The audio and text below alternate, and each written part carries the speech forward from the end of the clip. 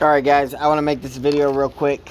Couple math things that I've been thinking of. My phone's dying, so if it dies before I finish, I'll have to make another video. But hopefully I can finish it before then.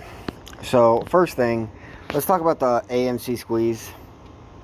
Right before the squeeze, they had 450 million shares.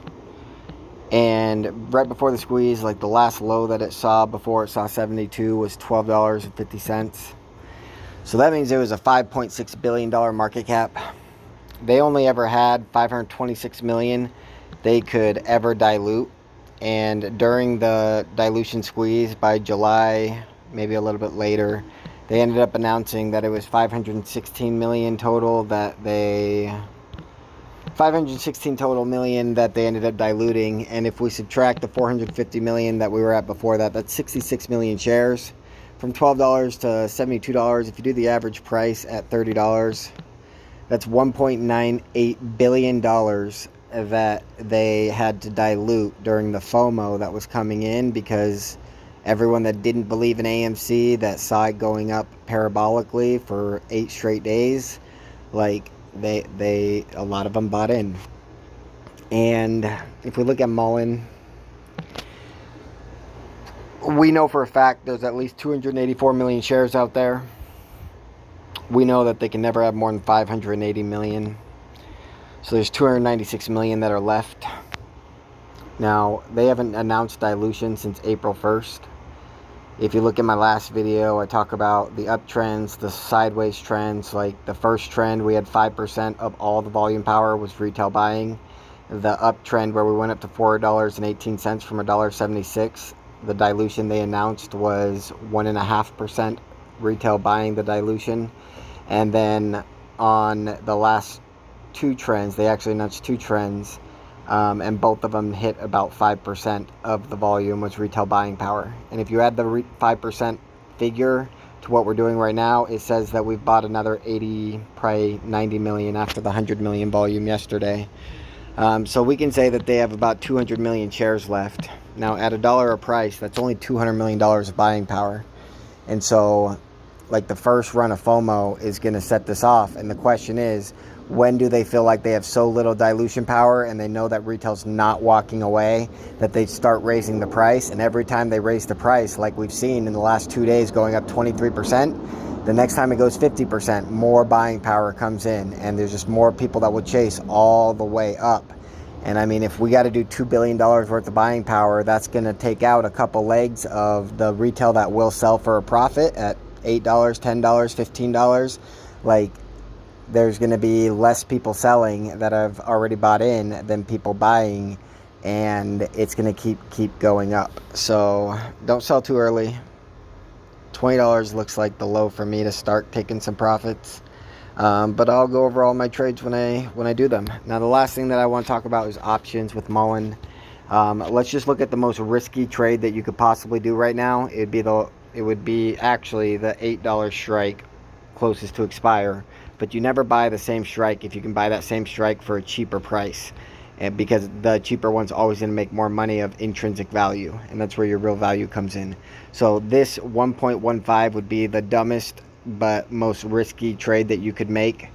And basically the way that it works is if it goes to $2, because your strike is $1.50, you would now have $2, which would be 50 cents of intrinsic value.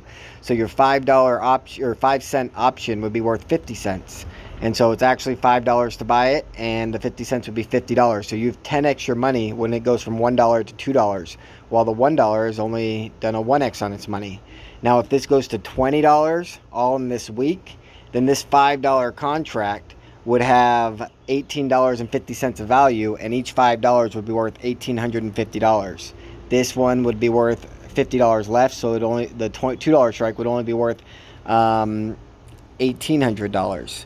And so obviously you wouldn't want to do that one.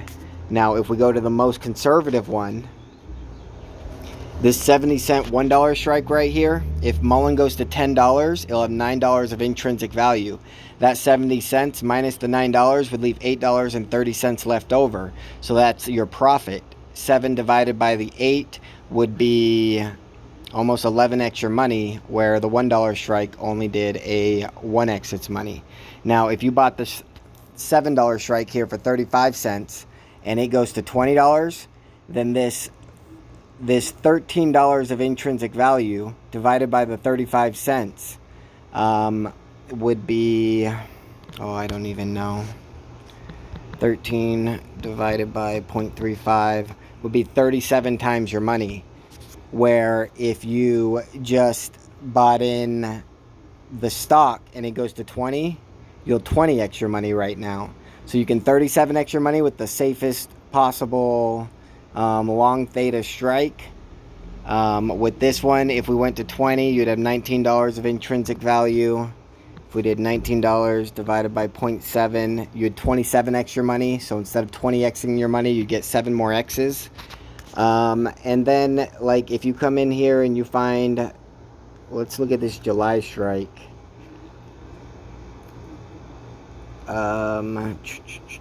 Right here, you could buy this 5-cent option right here. You could buy this 5-cent option right here, and if it goes to $20 by July, you'd have 12.5 intrinsic value. And if we divide that by 0.05, you'd 250x your money, while everyone that bought stock, you'd 20x your money. Now, if you're as bullish as I am, you'd probably buy at least in June. Let's see what kind of options we got in June. So like on June 3rd, you could do a $3 strike for 5 cents. I mean, so $3 strike, if it goes to 20, that would be $17 intrinsic value divided by 5 cents. You can 340x your money. Like, buy options, people.